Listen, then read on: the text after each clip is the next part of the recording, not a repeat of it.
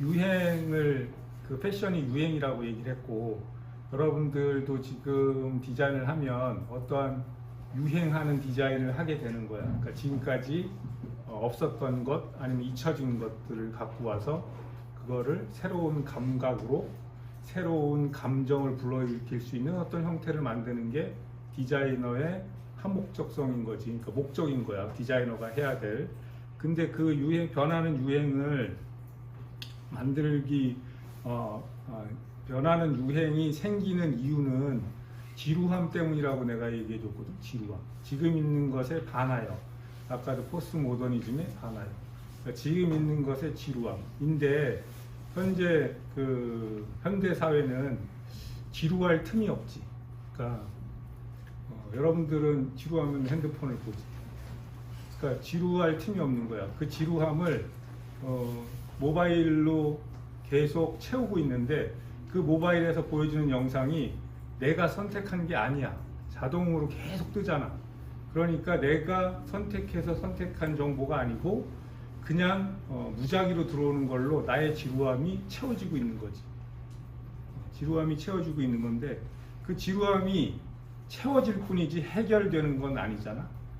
그러니까 예전엔 그 지루함을 해결해 줄 유행이 있었는데, 지금은 왜 고만고만하고 비슷한 것들이 다 넘치냐면, 하나는 너무 정보의 대중성이야. 모든 사람이 다 비슷한 걸 보고 있기 때문에, 뭐 지금 뭐 미국에서 이거 유행한데 그럴 시간이 없잖아. 그냥 1초도 안 돼서 같은 정보들을 공유하고 있으니까, 같은 신호들, 기호들 이런 걸 공유하고 있으니까, 그런 어떤 새로운 것에 대한 걸 제안하는 게 좀 한정적인 게 하나가 있고, 또 하나는 지금 얘기한 대로 그 지루함을 그냥 다른 걸로 메꾸고 있기 때문에 아주 깊이 있는 어떤 창작물들이나 이런 것들을 잘 보기가 좀 힘든 거지. 근데 그거는 그렇다면 그러면 모바일을 계속 안 쓸 것인가? 그거보단 모바일만 봐서 생기는 문제들에 대해서 이미 인지들을 했고, 그리고 그 아날로그들이 필요한 게 어느 부분에서는 있어야 된다는 걸 이미 알고 있고, 그렇기 때문에 그 부분은 이성적으로 충분히 개선해 나갈 여지가 있을 것이고, 거기에 대한 소스를 줄 수 있는 게 디자이너라고 생각하는 거지. 지루함과 불안과 지루함 사이에 공간에 창의성이 번성하는 곳이 있대. 그러니까 불안과 지루함. 그러니까 불안함도 참지 못하잖아. 뭐 지금 만약에 뭐 어쨌든 주변에 불안함이 있으면 그걸 참지 못하는 거야. 지루함도 참지 못하고.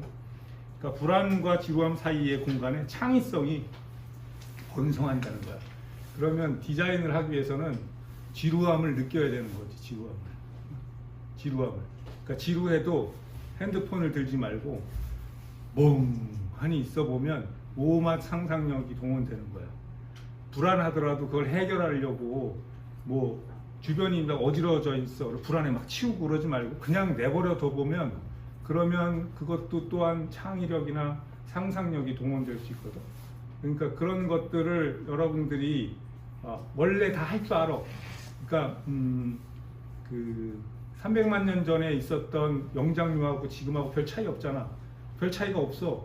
그 사람들을 뭐 네안데르탈린은 말고 호모사피엔스를 데려다가 지금 현대인하고 섞어 놓으면 구별이 전혀 안 간대. 그런데 문화는 엄청나게 발달했잖아. 문명적인 기술이. 그럼 그 기술에 맞춰져서 여러분들이 굉장히 익숙해진 것 같지만, 사실은 99.99999%는 5만 년 전에 아프리카를 떠나신 그분하고 다를 게 하나도 없어. 그러니까 그때부터 200년 전까지 5만 년 정도 200년 전까지 했던 방식이 훨씬 더 사람한테 명확하게 먹힐 수 있어. 그것 중에 하나가 지루함을 느끼는 거야. 여러분 운전을 안 해서 모르는데 나도 그렇긴 한데, 신호등에만 걸려도 핸드폰을 봐. 신호등 바뀌는 게 지루해서. 이게 좀 너무 심각한 상황인 것 같긴 해. 그래서 지루함으로부터 시작한다.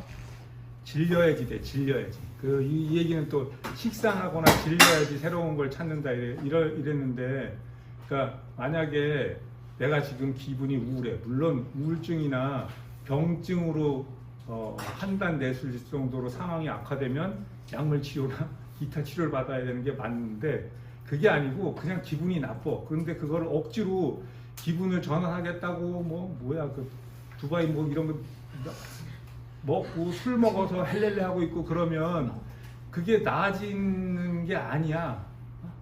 그냥 그때를 약간 바꾸는 거지. 이게 그 시선만 돌리는 거야. 어차피 그 우울함을 줬던 상황은 그냥 있을걸? 그러지 말고 우울하면 끝까지 우울한 거야. 끝까지 우울한 거야. 내가 하는 말 중에 뭔가 상황을 바꾸려고 그러면 바닥을 쳐야 돼. 위로 뛰어오르려면 바닥에 닿아야 되거든. 근데 바닥에 안 닿으려고 아둥바둥 하면은 계속 그 밑에 있어. 그러니까 디자인을 하기 위해서는 어떤 데 미치면 뭘 막 하고 싶어. 이게 너무 좋은 거야. 아닌 것 같은데 굉장히 좋은 거야. 그러지 말고 계속 좋은 거에 대해서 밤새도록 그거를 물고 늘어지라니까. 그러면 해가 뜰 때 다른 게 생각나. 그럼 그걸 과감히 버리는 거야. 그러니까 디자인은 계속 그런 식으로 하는 거야. 지금까지 생각했던 모든 것들을 다 버리는 거야. 가끔 좀 냉정할 필요도 있는데 선생님이 컬렉션을 다 버려가지고 사진도 없어. 그건 좀 너무하긴 한데 나는 30살인가 컬렉션을 그만둘 때까지 계속 그 소리를 해서 쇼 끝나면 판매할 거 판매하고 나면 다 갖다 버려도 사진 촬영도 안 했어. 어차피 난 새로울 걸 할 거고 그게 과거보다 나을 거라고 생각했거든. 근데 그런 생각을 지금 얘기해 주는 건데 행동으로 그렇게 옮기라는 건 아니고 끝까지 지루함을 느낄 수 있을 때까지 해봐라. 그러니까 지금도 숙제를 내기 위해서 다음 주 숙제를 내기 위해서 하다가 밤새도록 그려가지고 이야 이건 진짜 난 진짜 천재다 그러고 확 그린 거야. 한 1000장을 그렸어. 자고 아침에 일어나서 보니까 왜 이렇게 거지 같은 거야. 그러면 숙제 해야 되니까 내야 되겠다. 갖고 와도 선생님은 모르겠지. 그리고 새로 한다고 해서 그거보다 크게 나아지지도 않을 거야. 그런데 버려야지. 별로면. 그래야지 다른 것들을 또 만들 수가 있지. 그거에 매달리지만 하다가 안 되는데 계속 끄작끄작 거리고 있잖아. 그러지 말고 버려야지. 책상 위에 뭘 올려면 책상 싹 비워야 돼. 그래야지 새로운 거 나아지니까. 그러니까 끝까지 해봐라 이런 거고. 그 다음엔 지속 가능에 대한 얘기인데 이거는 정말 어마어마한 내용이라 이 내용에 대해서 다 설명하기는 정말 힘들 것 같고 그럼에도 기본적인 거는 여러분들이 알고 있어야 앞으로 살아가면서도 도움이 될 것 같아서 이거를 다 얘기할 수는 없고 일단 지속 가능한 방식 중에 제일 중요한 게 재활용이잖아. 재활용. 이거를 그때 설명을 해줬는데 재사용, 재판매, 재활용 이렇게 얘기를 해줬어.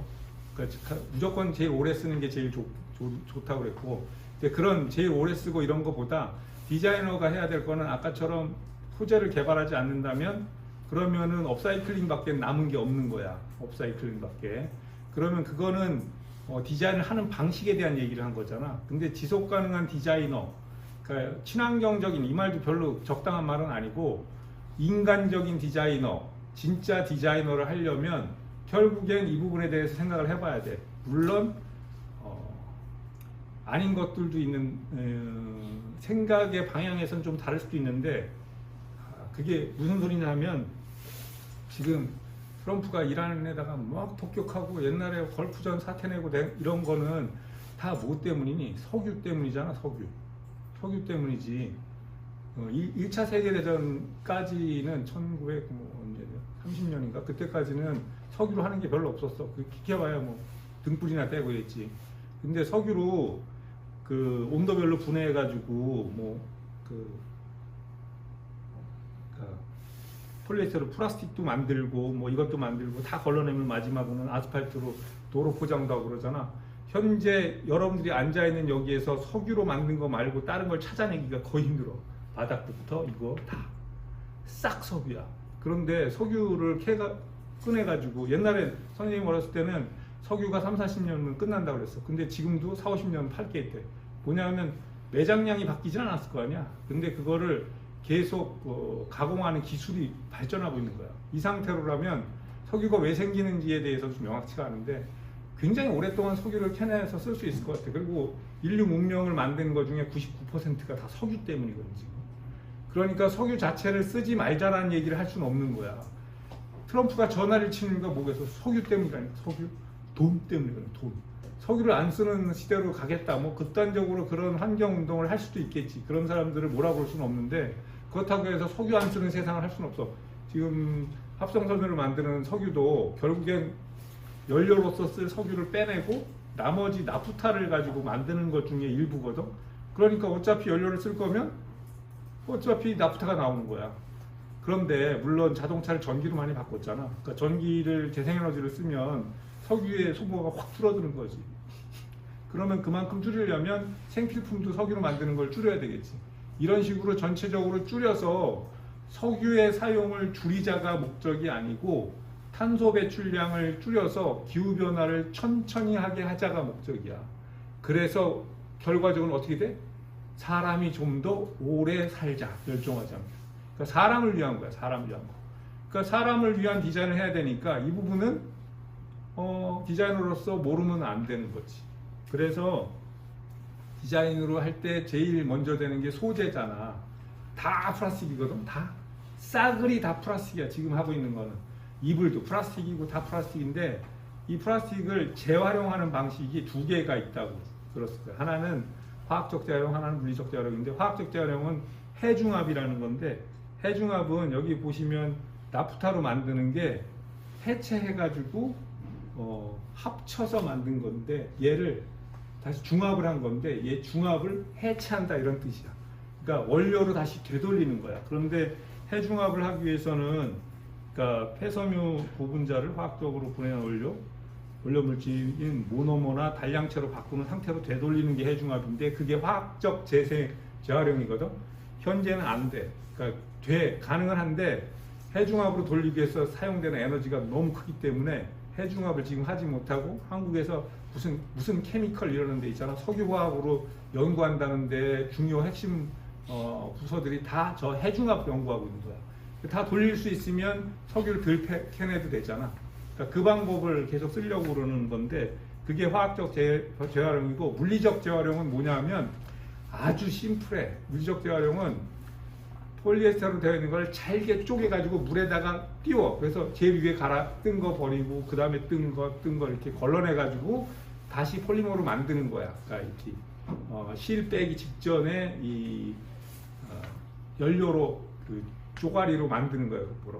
어쨌든 그걸로 바꾸는 게 물리적 재활용이야. 그런데 여러분들이 페트병이나 이런 것들이 페트가 있고 뭐 플라스틱의 종류가 굉장히 많은데, 선생님 지금 다 까먹어서 그런데 여러 가지 종류가 있는데, 이 중에 페트가 그 전 단계로 돌리기에 가장 유리한 구조를 갖고 있거든. 그래서 페트도 되고, 페트 전 단계로 돌리면 원단도 만들 수 있는 거야. 원단도. 그래서 페트를 가지고 원사를 잡고 만드는데, 문제는 뭐냐 하면 아직까지는 페트는 페트로 만들어서 다시 페트로 갔다가 다시 페트로 오고 이러는 게 최대 20번까지 가능해. 보통은 7번에서 8번까지 하거든.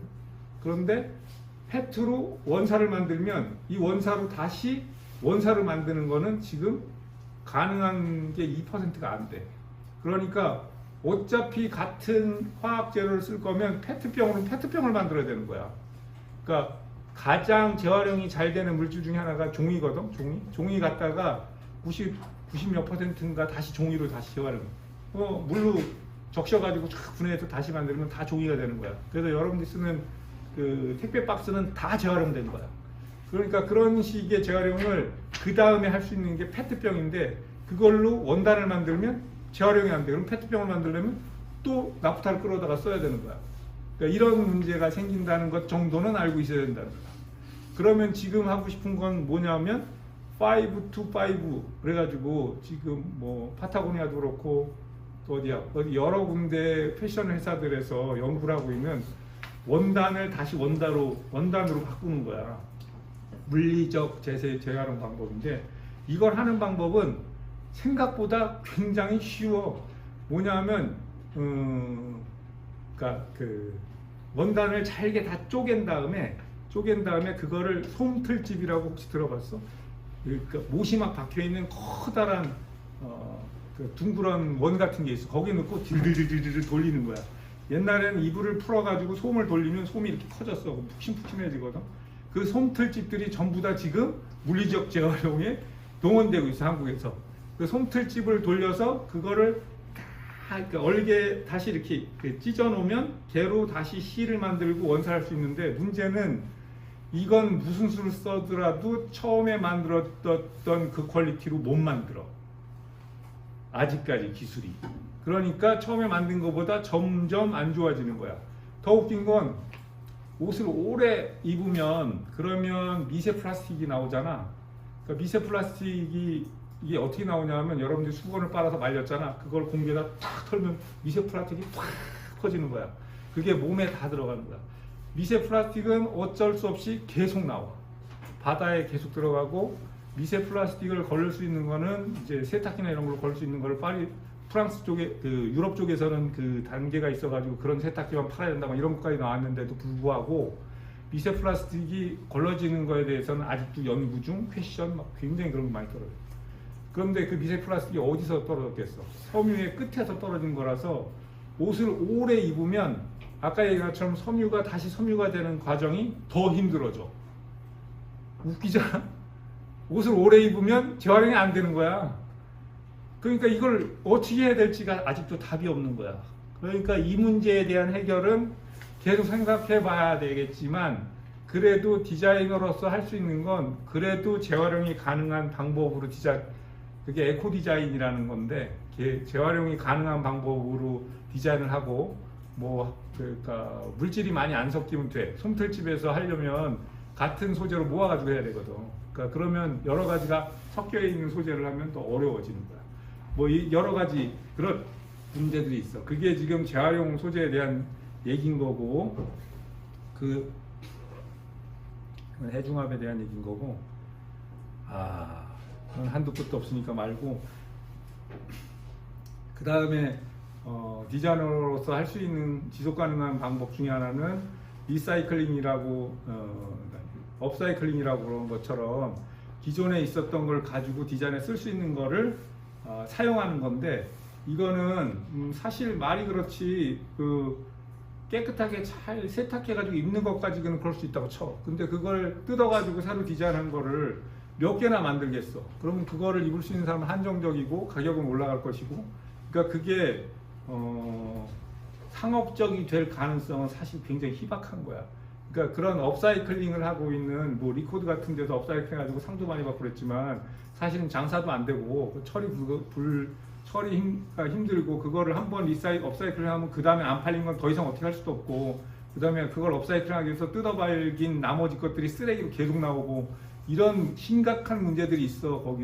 그거 거의 업사이클링 한다는 브랜드는 대부분 그린워싱이야. 그러니까 가짜라고, 가짜. 그러니까 그걸 제대로 할 수 있는 방법이 별로 없어.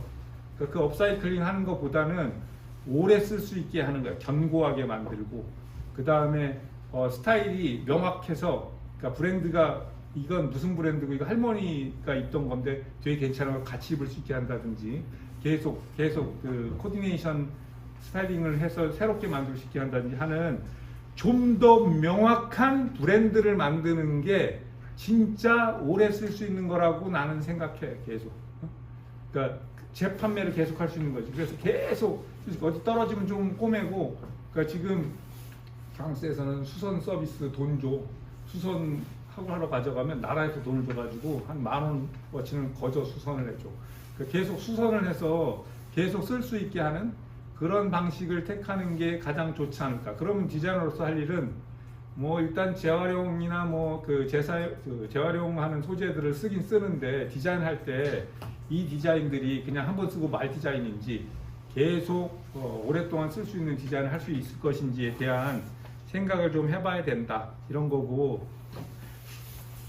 지속 가능한 디자이너의 브랜드 특징을 보면, 그래서 데드스톡은 당연히 원단 자르고 남은 원단들이 남잖아. 원단은 사각형이고 패턴은 삐뚤빼뚤하니까 남는단 말이야. 이거를 최대한 안 만들겠다고 쓰레기 안 만드는 그 제로 웨이스트 방법이니만 이런 얘기를 많이 하는데, 그것도 한계가 있을 거 아니야. 제로 웨이스트를 완전히 하려면 홀가먼트 방식을 써서 니트로 한꺼번에 다 짜내면 돼. 근데 그런 옷만 입을 거야? 그건 아니잖아. 그러니까 옷에 대한 기본적인 거 있잖아. 사람의 인격을 살려주고 사람들을 행복하게 해주고 그다음 품위를 갖게 해주고 이런 것들을 버리면 패션이 아니기 때문에 그러기 위해서는 쓰레기가 나오는 어느 정도를 어쩔 수 없는 거고 점점 졸립지. 근데 누가 이런 수업을 해주게 잘 들어봐. 그래서 그런 짜투리로 남는 것들이 데드스탁 원단인데 얘네들을 가지고 디자인을 할 수도 있고 얘네들은 아까 얘기한 것처럼 세탁을 한 게 아니기 때문에 재활용하기 제일 좋아. 그러니까 되게 재활용이 잘 돼. 리사이클이. 리사이클을 해도 되고 아니면 그걸로 거기에 맞춰서 디자인을 할 수도 있어야 돼. 그래서 그러거나 아니면 원단들을 쓰면은 원단을 100m 발주하면 꼭 102m 오고 그래가지고 부자재하고 안 맞아서 항상 데드스탁으로 남는 게 있어요. 그래서 난단 잔단이 회사마다 엄청나게 많어. 예전에는 학교에다가 내가 진짜 트럭으로 난단을 갖다 주고 애들이 그걸로 쓰고 그랬는데 요새는 쌀만 있고 그래서 더 이상 그런 짓도 안 하는데 난단 다 있어. 특히나 물건을 많이 만드는 데서는 롤을 3000야드짜리 롤을 쓰는 게 아니잖아. 200야드짜리 롤을 100개 쓰기 때문에 여기에 다 난단이 생기는 거야. 그러니까 난단들을 사용하거나 뭐 이런 것들을 하는 게 디자이너가 할 일이고 지금 여기서 지속 가능한 디자이너라는 건 컬렉션을 하기도 하고 뭐 자기의 스타일도 만들고 그러는 디자이너 중에 가장 꼭대기에 있는 지속 가능한 디자이너는 누구인가 어떤 사람인가를 설명하는 거야. 내가 그걸 하라는 게 아니야. 그러면 굶어 죽어. 그럴 수도 있는, 그러니까 이와 비슷한 거를 몇 개 정도는 생각하면서 디자인해라 이 소리인 거야. 그래서 데스스탁이나 폐기물을 활용할 방법을 생각해봐라. 내가 만든 디자인이 60인치 패턴에 반은 버려야 되는 디자인이야. 그런 식으로 디자인하지 말라고. 그러면 나머지 걸 쓸 수 있는 걸 같이 디자인해서 팔아야 될 거 아니야. 쉽게 얘기하면 그 얘기를 하는 거고, 두 번째는 폐기물로 디테일을 만든다. 이 얘기도 업사이클하고 똑같은 소리인데, 자, 만약에 단추를 만들었어. 솥불을 이렇게 가른 다음에 벗겨는 이렇게 부러워져 있으면 그걸 열을 해가지고 쫙 눌러. 그 다음에 터널을 돌려가지고 이렇게 쫙 똑같은 걸로 패거든. 그 다음에 구멍을 바바바바박 뚫었어. 그 다음에 나머지가 다 남아.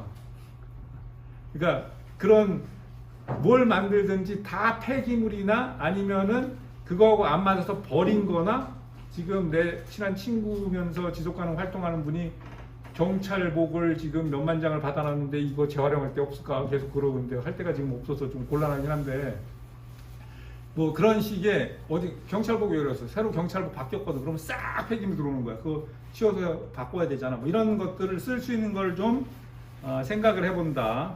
그 다음에 장인 정신이 있어야 되는 거야. 왜냐하면 대량 생산으로 가면 갈수록 지금 얘하고 반대로 되거든. 그러니까 대량 생산이 아니고 뭔가 마무리를 할 때 손으로 하든지 아니면 이렇게 장인 정신을 하려면 전문가들이 필요하고 그런 노동력을 제공할 사람들이 필요한데 대부분의 노동력을 제공할 사람들이 옛날에는 처음부터 끝까지 다 하기 때문에 장인이지만 지금 부분 나눠서 하면 우리보다 인건비가 싼 나라에서 하게 돼.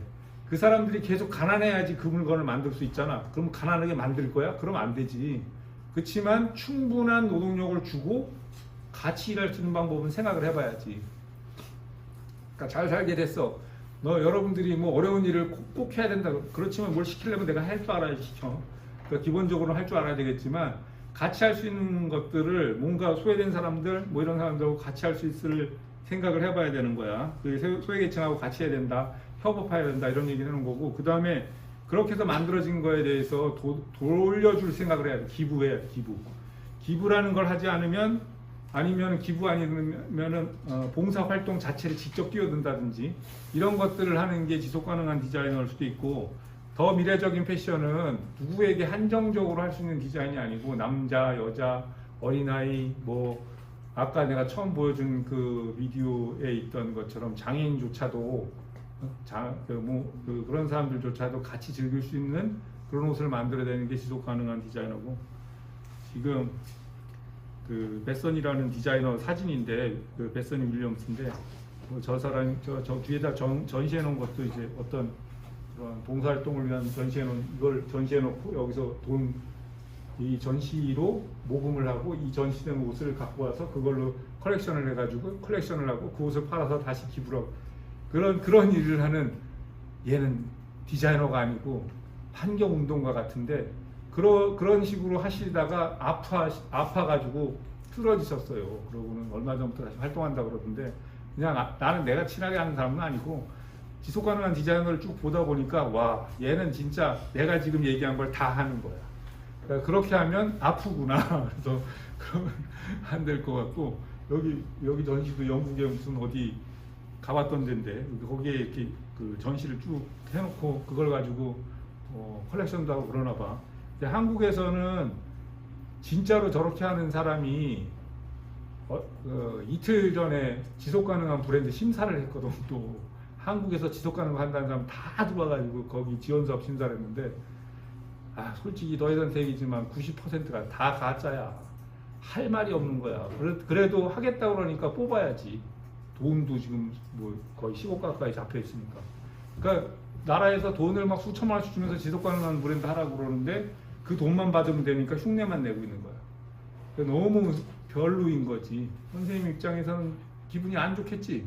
근데 여러분들이 뭘 하려면 어느 부분이라도 제대로 하면 이두저도 아니면 요 아이템은 그러니까 뭐 내가 나중에 디자이너 소개해줄 기회가 있을지 모르겠지만 어떤 디자이너가 걔는 뭐라 그러냐? 그러니까 게이야 게이. 근데 그런 그러니까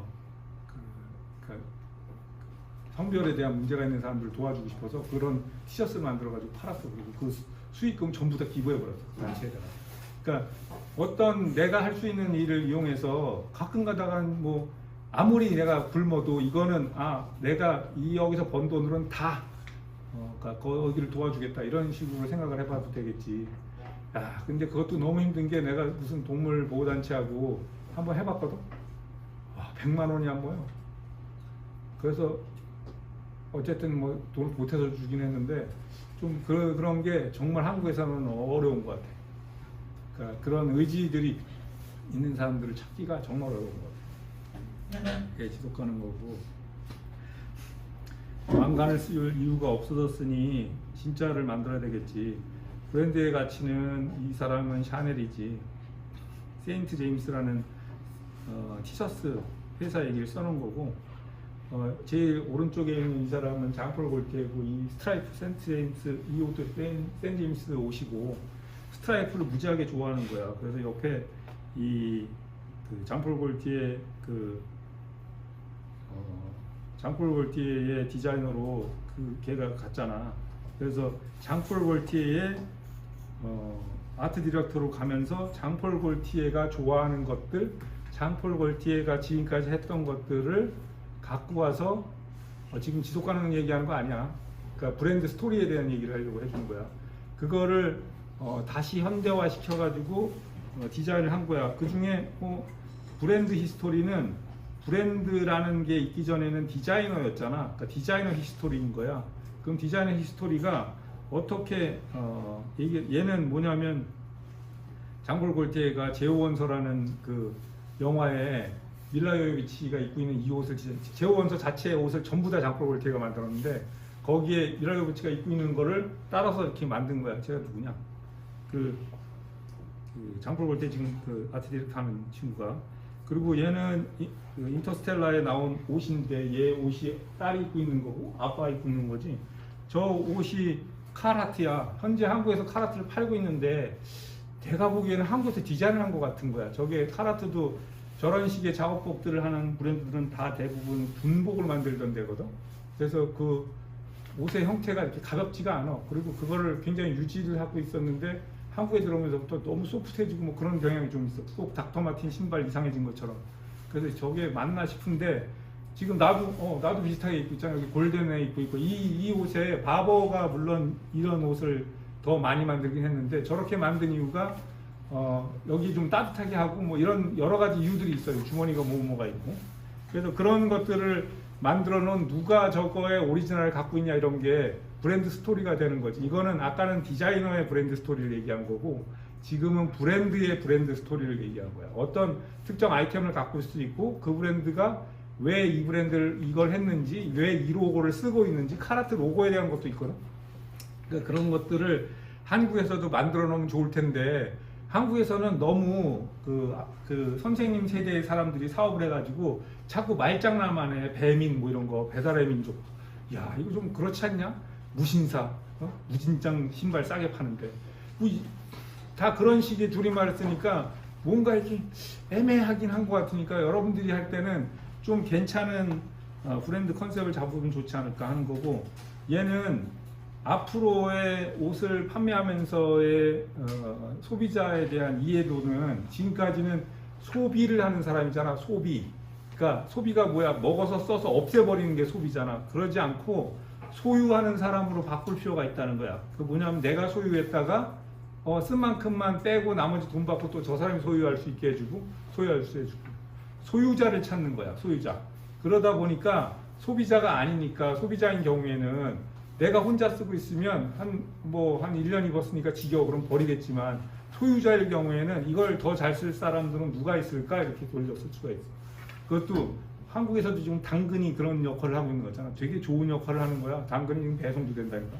그런데 그걸 통해서 좀 돌려 쓰기도 하고 그러잖아. 옷도 그럴 수 있지 않을까 하는 생각을 하는 거고. 자, 그 다음엔 진짜 심각한 문제를 알려줄게. 여러분들이 디자인을 해야 되니까 이쁜 옷 해야 되지 않냐? 이쁜 옷. 이쁜 옷 해야 되잖아. 귀태가 졸면은 그만두자. 잠깐 쉬어야지. 누군가 한 명만 졸면은 쉬도록 하겠습니다. 서서 들어도 돼. 서서 듣거나 뭐 마음대로 하셔도 됩니다. 질문 있으면 중간에 하셔도 되고. 자, 이제부터는 더 근본적인 얘기를 해주려고 그러는 거야. 무엇이 이쁜가? 무엇이 이쁜가가 이쁜 옷은 돈을 더 받을 수 있나가 선생님의 석사 논문이야. 놀랍지? 그런 거를 조사해봤어. 이쁜 옷은 돈을 더 받을 수 있을까? 조사해본 걸로는 더 받을 수 있는 걸로 나왔어. 근데 돈을 더 받을 수 있는 거잖아. 돈은 가치인가?에 대한 퀘션에서 벗어나질 못했지. 돈은 가치의 척도이긴 하지만 가치 자체는 아니지 않냐? 그러니까 돈이 문제가 아니고 무엇이 괜찮은가에 대한 거는 괜찮은가라고 내가 그랬잖아. 옷이 이뻐야만 되는 건 아니잖아. 괜찮아야지. 그러니까 이것이 무엇이 이쁜가 하고 관련되어 있긴 하지만 옷도 결국엔 괜찮은가, 이쁜가, 저거는 좋은가 이런 거의 범위 안에 있는 거니까 그걸 어떻게 생각을 할 것인가인데 미적 판단은 두 가지로 볼 수 있다. 하나는 지성, 하나는 도덕성. 뭔 이런 어려운 쓸데없는 소리인가 할지 모르겠는데 이거는 서양에서는 그 진선미 얘기한 게 플라톤이지. 진선미 얘기했을 때는 이전까지는 미가 없었어. 선이 둘로 나눠지는 거야. 좋다와 아름답다로.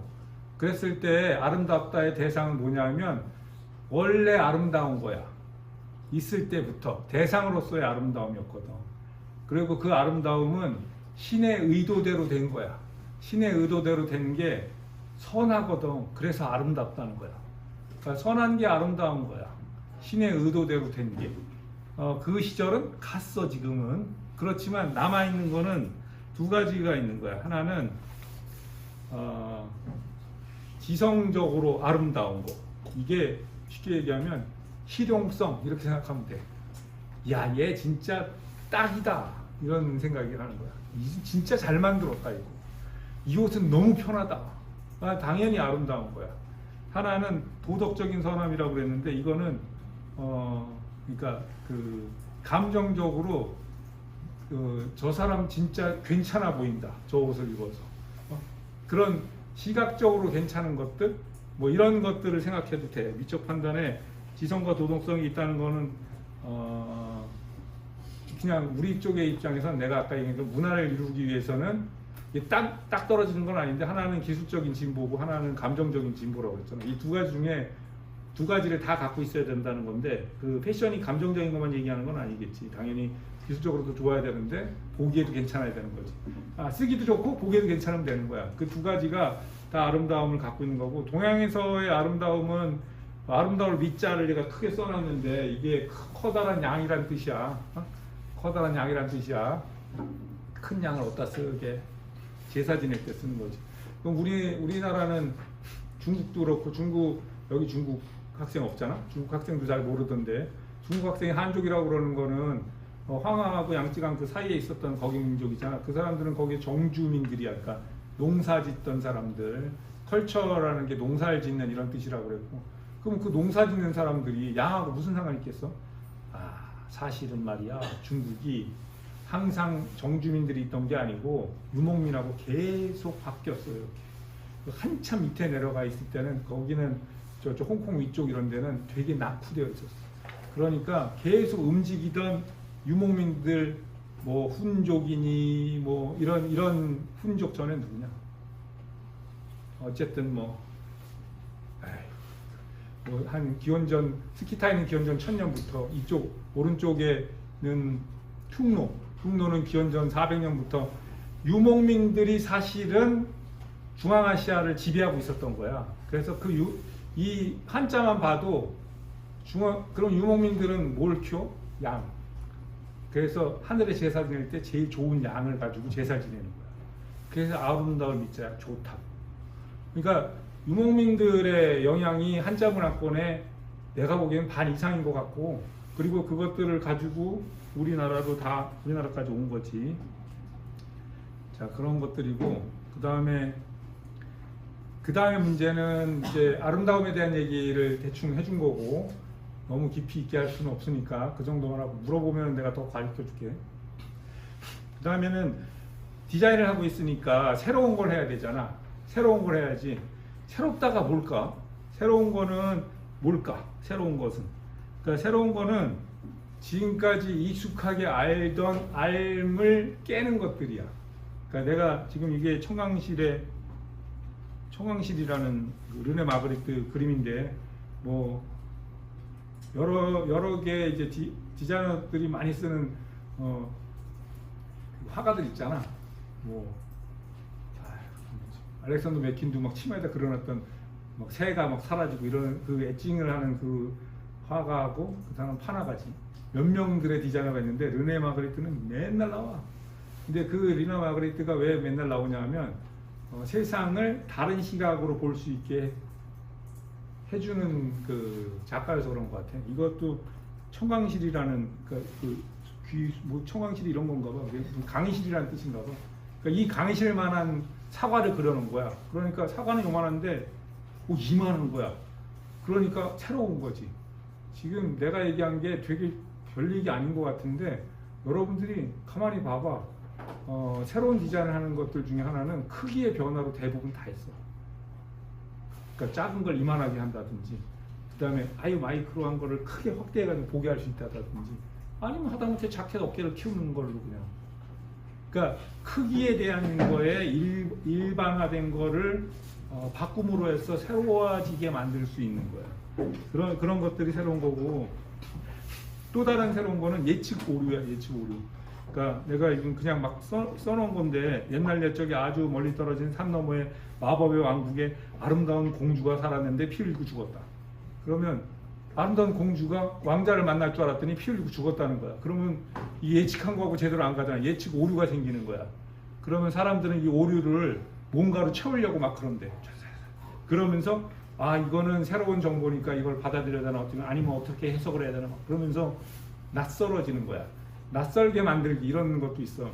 그러니까 낯설어지는 게 예측 오류를 만드는 게 새로운 방식인 거야. 이것도 또 비슷하게 쇼에서는 많이 쓸 수도 있고, 쇼는 굉장히 많이 쓸 수도 있고, 옷에서도 그런 식으로 할 수 있어. 이것도 예를 들어주면, 만약에 뭐 그 아동복 같은데 어른 입고 나오면 그러니까 예측 오류인 거지. 그런 것들도. 그리고 뭐 아바버브가 신발 이만한 거 신고 나온 것도 예측 오류인 거야. 신발을 만약에 부츠라고 해놨는데 부츠인지 이거는 뭔지 모르겠고, 여러분들도 그런 식으로 그 디자인을 하면 새롭게 될 수도 있는 거야. 이거는 감각에 대한 얘기인 거고, 이거는 파이프가 아니다 이렇게 얘기한 거잖아. 그러니까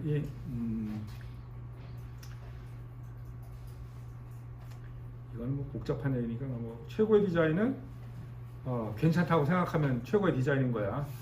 누군가가 이거 되게 괜찮은데 그러면 최고의 디자인인 거야. 마음을 편하게 해주고 몸을 편안하게 해주고 괜찮네 이러면 최고의 디자인인 거고, 그 다음에 무엇이 아름다운 디자인인가는 이것도 르네 마그리트인데, 이게 정상의 부름이라는 그림인데, 그러니까 창에 캔버스가 있고 그걸 그린 거야. 여기에 질문들이 독수리 바위가 그려져 있는 캔버스, 독수리 발레. 이게 캔버스인지 유리창에 비친 건지 진짜 독수리인지 뭐 이걸 모르게 그냥 한꺼번에 이렇게 다 그러는 거예요. 아이, 뭘 얘기하는지 모르겠는데 오 되게 특이하다. 그것도 좋은 거야 그냥. 그러니까 여러분들이 디자인을 하는데 이건 이래서 저래 원인과 결과라는 게 굉장히 허상이라는 게 밝혀졌어 양자역학 때문에. 그러니까 원인과 결과를 너무 따지려고 그러지 말어. 그러지 않고 뭔가 낯설게 하거나 새롭게 보이게 하거나 뭔지 모르겠는데 이거 되게 괜찮네를 만들 수 있으면 그거는 내가 보기엔 충분히 괜찮은 디자이너라고 생각해. 디자인이라고 생각해. 이것도 드로잉도 사고 과정의 일부다. 그건 저때 잠깐 얘기해줬고, 이 얘기는 뭐냐면 물건과 관계를 맺는다. 이게 뭐냐면 여러분들이 갖고 있는 것 중에 되게 소중한 물건들 있잖아. 그 소중한 물건을 만드는 디자이너야 되잖아. 디자이너가 만든 건데 기껏 사가지고 뭐 밟아버리고 싶고 막 그런 것도 뭐 스트레스 해소용으로 괜찮을 수 있을 것 같긴 한데 패션 디자이너라면 내가 만든 점퍼 뭐 맨투맨 하나가 너무 소중한 거야. 그리고 그걸 입을 때 되게 좋은 기억들이 생기고, 왜냐하면 이쁜 옷을 입고 갔으니까 좋은 칭찬을 받고 나를 좀 좋게 봐주고, 그러고 보면은 또 이 옷에 대해서 감정이 생기고 버리지를 못하게 되고 이런 물건이 됐잖아. 근데 그 물건을 만드는데 어린아이가 손을 다쳐가면 만든다든지 아니면 돈을 안 줘가지고 배가 고픈 뭐 좀 방글라데시아나 이런 데서 만들다든지 그럼 되겠냐? 그럼 안 되잖아. 그러니까 누군가하고 좋은 관계를 맺을 물건을 만들려면 좋은 방식으로 만들어야 돼. 그리고 그 좋은 관계를 맺게 만들 거라고 생각하고 디자인을 해야 되는 거지. 그래야지 좋은 디자인을 할 수 있다는 뜻이야. 그렇게 하는 거고. 이거는 인식에 대한 내용인데 재미있긴 한데 이게 모르고요. 잘 모르겠지. 지금 오늘 날씨가 어두우니까 자 이게 뭔지 잘 모르겠지. 인식에 대한 사람들은 어떻게 인식할 건데 기본적으로 뭐냐면 머릿속에 알고 있는 도식으로 인식한다 이런 얘기 내가 잠깐 해줬잖아. 그 도식이 뭐라고 얘기하는 순간 사람들은 그렇게밖에 못 봐. 이거는 소야. 콧구멍이고 눈, 귀. 소로 보여? 이제부터는 소로만 보일 거야. 그 전까지는 계속 뭔지 몰랐잖아. 그러니까 그게 인식하는 거야. 그러니까 근데 얘가 소로 보이는 이유는 여러분들이 소를 알기 때문이야. 아이들은 이 소를 모르기 때문에 얘가 소라고 아무리 얘기를 해봤자 이게 소라고? 그리고 특히나 이거를 얼룩소라고 생각할 거야. 근데 사실은 얼룩소 있지 않을지는 알 수 없지. 그런데도 그렇게 보이는 게 손 다미는 거. 제가 좋네. 근데 좋은 게 아니라 이렇게 그러는 거야. 잘안 보여가지고. 다음 거는 디자인을 하는 거에 대해서 사람들이 이 인식에 대한 얘기는 뭐냐면 처음에는 야 되게 괜찮은 것 같은데 이게 뭐지? 그런데 설명을 딱 해주는 거야. 이건 뭐야? 그럼 우와 이러면서 좋아진다는 거야. 여러분들이 만약에 전시를 한다는 거는 어떠한 것을 보여주고 그것에 대해서 사람들이 이해를 할 수 있게 단서를 던져야 되는데 옛날처럼 안 하고 스테이트먼트를 얘기한다고 그랬잖아. 그러니까 거기에 이 그림은 무제 이렇게 잘 안 써 있어. 요새는 다 컬렉션 제목이 있다니까. 딱 봤는데 괜찮은 거야. 시시하면 그냥 갔겠지. 괜찮아. 이게 뭐지? 봤더니 뭐라고 써있는 거야. 그러면서 확 증폭되는 거야. 그게 인식을 이용해서 사람들한테 새롭게 보이게 하거나 아니면 다른 감정을 유발시킬 수 있는 방법이야. 그 다음에 주변의 것들을 연결해야 된다 이렇게 얘기했는데 그때 내가 얘기해준 이 디자이너에 대한 얘기인데 지금 여기서 보면은 제가 제일 옆에 있는 게 호다코바고 이게 중간에 이게 듀란 랭킹크 거고 여기가 해리 폰테 프렉트라는 디자이너 건데 셋 다 뭐 요새 쟤는 유명한 얘는 어디 갔으니까 다 아는데 얘도 요번에 그 프라이즈 최종에 떴나 상 발표는 모르겠는데 거기에 껴있더라고. 잘하면 상 타지 않을까 이런 생각도 있어요. 되게 그쪽에 맞춰져 알았습니다. 근데 이 디자인들의 특징은 뭐냐면 다 어깨를 끌어올린 거야. 이렇게 이게 계속 유행했잖아. 이렇게 끌어올리는 걸 계속. 그러니까 여기다 끌어올리는 방법이 되게 여러 가지일 텐데 얘는 여기다가 뭘 목받침 같은 걸 집어넣고, 얘는 그냥 무턱대고 그러려고, 쟤는 그러니까 좀 깍대기 같은 걸 넣어놓은 거야. 그런데 걔 말고 줄리 케겔스는 어떻게 했냐면, 저 끝에 보면 빨래 집게로 옷을 이렇게 집어넣은 것처럼 늘어지게 해놨어. 그 똑같은 식인데 한 시즌 다음에 했는데도 빨래 집게로 찝은 거구나, 이거를 인식하는 순간 이야 괜찮다 이렇게 생각하게 되는 거야. 그러니까 주변에 있는 것들을 쓰면, 주변에 있는 것들이라는 거는 누구든지 볼 수 있는 것들이거든. 그래서 그게 무엇과 연결되면 인식하는 순간 괜찮다고 생각하는 거야. 얘는 줄리 케겔스가 이 컬렉션 해놓은 건데 보석 장식인데 다 스티커야. 애들 스티커처럼 반짝반짝하게 스티커 해가지고 여기다 붙여놓은 거야. 이게 컬렉션이 잘 안 보이는데 자세히 보면 보여요. 그러니까 그런 주변에 있는 것들을 이용하면 아까 얘기한 인식의 방법을 이용하는 것처럼 할 수 있다. 알았죠?